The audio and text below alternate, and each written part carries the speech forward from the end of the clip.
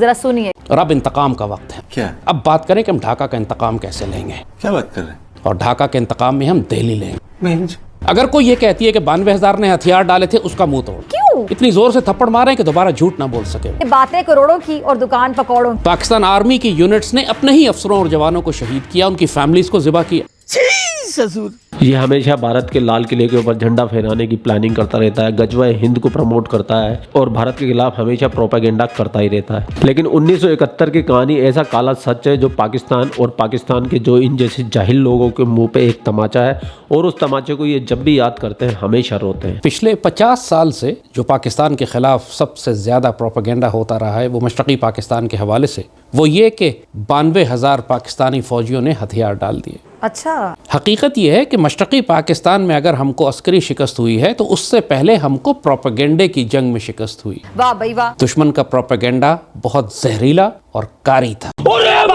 2 نسلیں گزر گئی ہیں. میں خود بڑا ہوا ہوں اسی جھوٹ کو سنتے ہوئے کہ 92,000 پاکستانی فوجیوں نے ہتھیار ڈال دیے. چڈھا سمجھاؤ اسے، سمجھاؤ. آنے والی نسلوں کے لیے اب وقت ہے کہ ہم مکمل طور پر اس خرافات، اس جھوٹ، اس ڈس انفارمیشن، اس لائز، اس پروپیگنڈے کو دفن کر دیں. پاکستان کے اندر جو سیکولر اور لبرل بغیرت طبقہ ہے، جس کو اپنے آپ کو بڑے شوق سے یہ بغیرت بریگیڈ کہتے ہیں، یہ جان بوجھ کر بھارت کے اس بیانیے کو پچھلے 50 سال دہراتے رہے تاکہ پاک فوج کو ذلیل کیا جا سکے. جیسے یہ پروپیگنڈا آپ ہمیشہ سنتے آئے ہیں کہ فوج بجٹ کا 80% کھا جاتی ہے، یہ بھی پچھلے 50 سال سے ہم سن رہے ہیں. یعنی مقامی ریڈیو سے جو خبریں، ڈھاکہ ریڈیو سے بھی میں اس زمانے میں خبریں پڑھتا تھا، اس سے وہ سب کی سب سینسرڈ ہوتی تھی. اس طرح جو کہتا رہا، اور تب بھی پاکستان کا ریڈیو اس وقت جھوٹ بولتا رہا. جبکہ حقیقت یہ ہے کہ فوج کے حصے میں پاکستان کے نیشنل بجٹ کا صرف 6 یا 7% آتا ہے. 7 یا 8% کو 80% بنانے کا کمال جو ہے، یہی وہ جھوٹ کا کمال تھا کہ جس نے مشرقی پاکستان میں پاکستان کی فوج کی تعداد کو 3-4 گنا بڑھا کر بیان کیا کہ جنہوں نے وہاں ہتھیار ڈالے. آئیے اب دلیل کے ساتھ آپ کو یہ ثابت کرتے ہیں. 93,000 Pakistani soldiers surrendered in East Pakistan. 36,000 فوجیوں سے زیادہ ہماری تعداد نہیں رہی. مشرقی پاکستان میں ہمیشہ سے ہی جب سے پاکستان بنا ہے ایک ہی کمانڈ تھی، ایک ہی کور رکھی جاتی تھی وہاں پر، اور ایک لیفٹیننٹ جنرل اس کو لیڈ کرتا تھا. 71 کی جنگ جب شروع ہوئی تو اس سے پہلے یہی صورتحال تھی کہ ہمارے پاس وہاں تقریباً 36,000 کے قریب فوجی تھے. اور چونکہ ڈھاکہ کا صرف ایک ایئر بیس تھا اور نیوی کی بہت چھوٹی سی گن بورڈ سی تھی خالی، تو نیوی اور ایئر فورس کے افراد کو بھی ملا لیں تو وہ 1,000-1,200 سے زیادہ نہیں بنتے تھے. لہٰذا مکمل تعداد پاکستان کی مسلح افواج کی مشرقی پاکستان میں 36-37,000 سے زیادہ نہیں تھی. بولنے دے تکلیف ہوا ہے بیچارے کو. بول.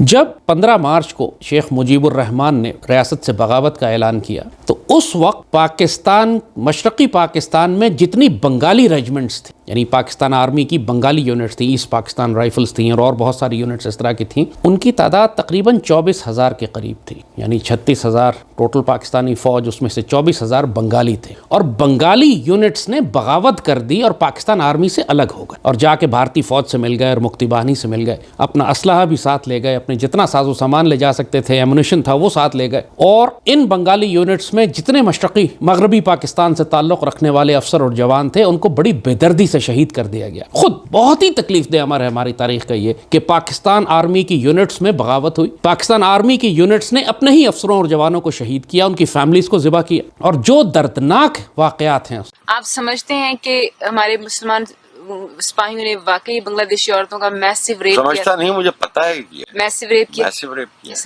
تو آپ 15 مارچ کے بعد جب بغاوت ہوئی تو اس کے بعد ایکچولی پاکستان آرمی کی تعداد پورے مشرقی پاکستان میں 9 سے 12,000 کے قریب رہ گئی تھی خالی، جو ان کا تعلق مغربی پاکستان سے تھا، اور وہ بھی پورے مشرقی پاکستان میں بکھرے ہوئے تھے. اور یہ وہ وقت تھا کہ جب پوری بغاوت کا آغاز ہو چکا تھا. 5 لاکھ سے زائد بہاری پاکستانیوں اور پاکستان سے محبت کرنے والے پنجابیوں، پشتونوں، سندھیوں، بلوچستان، یعنی مغربی پاکستان سے تعلق رکھنے والے جتنے مسلمان تھے، ان سب کو ان 10-15 دنوں میں ذبح کر دیا گیا. This is Rushanara, 14 years old and 7 months pregnant. She was abducted from her home in Dhaka and taken to the army barracks where she remained for 3 months. She says there were nights when as many as 30 soldiers forced themselves on her. Pakistan army کی units چونکہ پورے مشرقی پاکستان میں پھیلی ہوئی تھیں، ان کے اندر بغاوت ہو چکی تھی، کسی کو نہیں معلوم تھا دوست کون ہے دشمن کون ہے، تو ان کو حکم تھا کہ یہ اپنے کنٹونمنٹس میں رہیں، گیرزنس میں رہیں. لہٰذا مشرقی پاکستان میں اس وقت اتنی انارکی تھی کہ کسی قسم کا کوئی لا اینڈ آرڈر قانون تھا ہی نہیں، اور اس میں پھر لاکھوں پاکستانی ذبح کیے گئے مکتی بانی کے ہاتھوں. قطب الدین عزیز کی مشہور کتاب ہے بلڈ اینڈ ٹیئرز، اگر آپ اس کو پڑھیں تو وہ ایک ایک بات انہوں نے ڈاکومنٹ کی ہے کہ کس طرح اس 10-15 دنوں میں پاکستان آرمی محصور ہو گئی تھی اپنے، کیونکہ چھوٹے چھوٹے گروپس تھے، کہیں 100 50 150 ایک کمپنی تھی، 2 کمپنیاں تھیں، ان کو محدود کر دیا گیا تھا، اور انارکی تھی پورے مشرقی پاکستان میں. میں 2 سال وہاں رہا ہوں 67 to 69. آئی تھنک ہم جنرلی مسٹریٹ کرتے.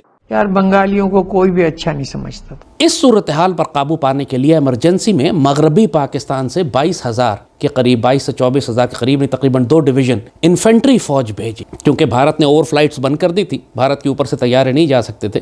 لہٰذا یہ PIA کی کمرشل فلائٹس میں ان انفینٹری کے سپاہیوں کو جو صرف رائفلیں کیری کر سکتے تھے اپنے ساتھ، ان کو سری لنکا کے ذریعے، یہ پہلے یہ فلائٹ سری لنکا آتی ہے اور سری لنکا کے راستے ہو کے پھر یہ مشرقی پاکستان ڈھاکہ جاتے تھے. تو 24,000 فوج تقریباً بھیجی گئی دوبارہ ان بنگالی یونٹس کو کمپنسیٹ کرنے کے لیے جو باقی تقریباً 24,000 ہی تقریباً بغاوت کر کے الگ ہو چکے تھے. ایک مرتبہ جب یہ ری انفورسمنٹس، یہ کمک مغربی پاکستان سے پہنچی تو پھر ہماری تعداد دوبارہ بڑھ کر کوئی 35-36,000 کے قریب ہو گئی پاکستان آرمی کے مسلح. اور اس میں زیادہ تر جیسے کہا کہ انفینٹری کے تھے جو صرف اپنی رائفلیں لے کر آئے تھے، اور بھاری سامان ان کا بعد میں آنا تھا جو نہیں پہنچا.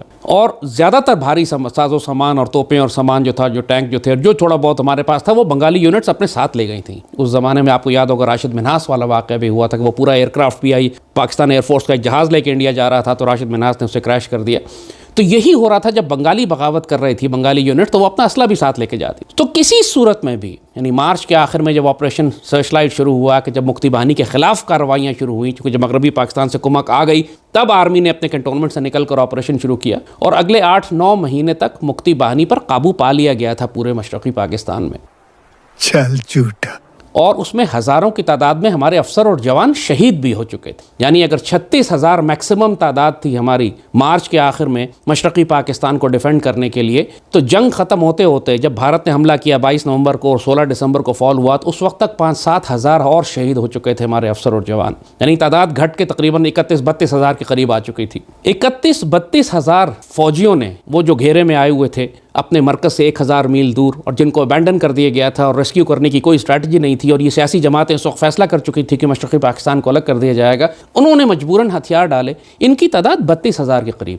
ان کے ساتھ ان کی فیملیز اور سویلینز اور بیٹ مین اور میڈیکل کور کے لوگ اور نرسیں اور ڈاکٹر اور تھوڑا بہت پیراملٹری سٹاف، اور وہ لوگ پولیس کے لوگ، اور وہ لوگ جو ریلویز میں یا سرکاری اداروں میں کام کرتے تھے مغربی پاکستان سے تعلق رکھنے والے، سب کو بھی ملا رہے ہیں تو کوئی تعداد 40-45 ہزار سے زیادہ نہیں بنتی. فوج 32,000 کے قریب، باقی 10-15 ہزار سویلینز تھے اور فیملیز تھی، ٹوٹل 40 یا 45 ہزار. مگر چونکہ اس وقت سرنڈر ہو چکا تھا اور کوئی ریکارڈ، جتنا ریکارڈ پاکستان آرمی یا حکومت پاکستان کا تھا وہ بھارت کے قبضے میں چلا گیا تھا، اور مغربی پاکستان میں کسی کو پرواہ نہیں تھی کہ مشرقی پاکستان میں کیا ہو رہا ہے، کسی کو دلچسپی نہیں تھی. بھٹو کی حکومت آ چکی تھی اور وہ صرف اپنے آپ کو مضبوط کرنے کے پروسیس میں تھا، اور اس کا مقصد تھا فوج کو ذلیل کرنا. لہٰذا ریاست پاکستان کی طرف سے کسی نے اس پروپیگنڈے کا جواب ہی نہیں دیا کہ 40-45 ہزار فوجی اور سویلینز ملا کر، جن میں صرف 32,000 کے قریب فوجی ہیں، اس کی تعداد کو بڑھا کر 92 اور 93 ہزار کیسے کر دیا گیا. یعنی دگنا اور تگنی تعداد کیسے فوج کی بڑھا دی گئی، 32,000 فوج کو 93 ہزار فوج کر دیا گیا. اور یہ جھوٹ پھر نسل در نسل چلتا رہا. جیسے کہا، یعنی جس طرح 80% بجٹ کھانے والا جھوٹ ہے،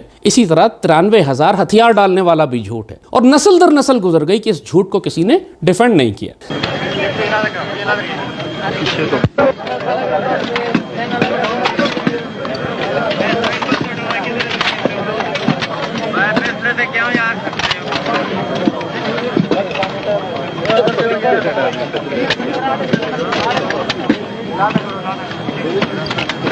اپنا پاکٹ سے بھی پورا راؤنڈ